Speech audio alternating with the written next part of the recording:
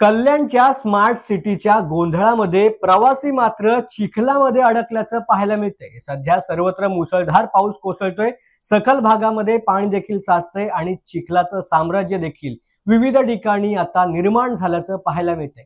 मात्र स्मार्ट सिटीच्या माध्यमातून जे कल्याणमध्ये काम सुरू आहे त्याचा त्रास नागरिकांना सहन करावा लागतोय। कल्याण पश्चिम रेल्वे स्टेशन लगत असलेले एसटी स्टँड सध्या अक्षरशः उघड्यावरती आहे। पावसाळ्यामध्ये छत्री नसेल तर प्रवाशांचे हाल होत आहेत। बस स्थानकामध्ये मोठमोठे खड्डे, त्यामध्ये साचलेलं चिखल, पाय घसरून पडणारे प्रवासी हे दृश्य रोजच त्यांना पाहायला मिळते।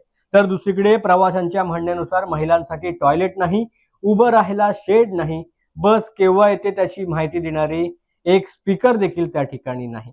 मग या स्मार्ट सिटीचा आम्हाला उपयोग काय? कल्याण स्मार्ट सिटी प्रकल्पाअंतर्गत नवीन बस स्थानकाचे काम सध्या सुरू आहे।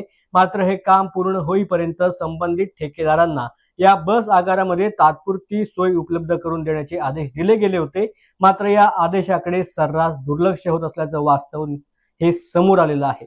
महिलांना टॉयलेट नसल्यामुळे त्यांच्याकडून संताप देखील व्यक्त केला जातोय।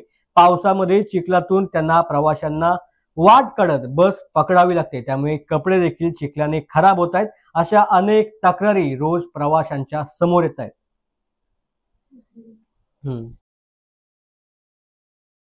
काय सांगशील, काय परिस्थिती आहे इकडे?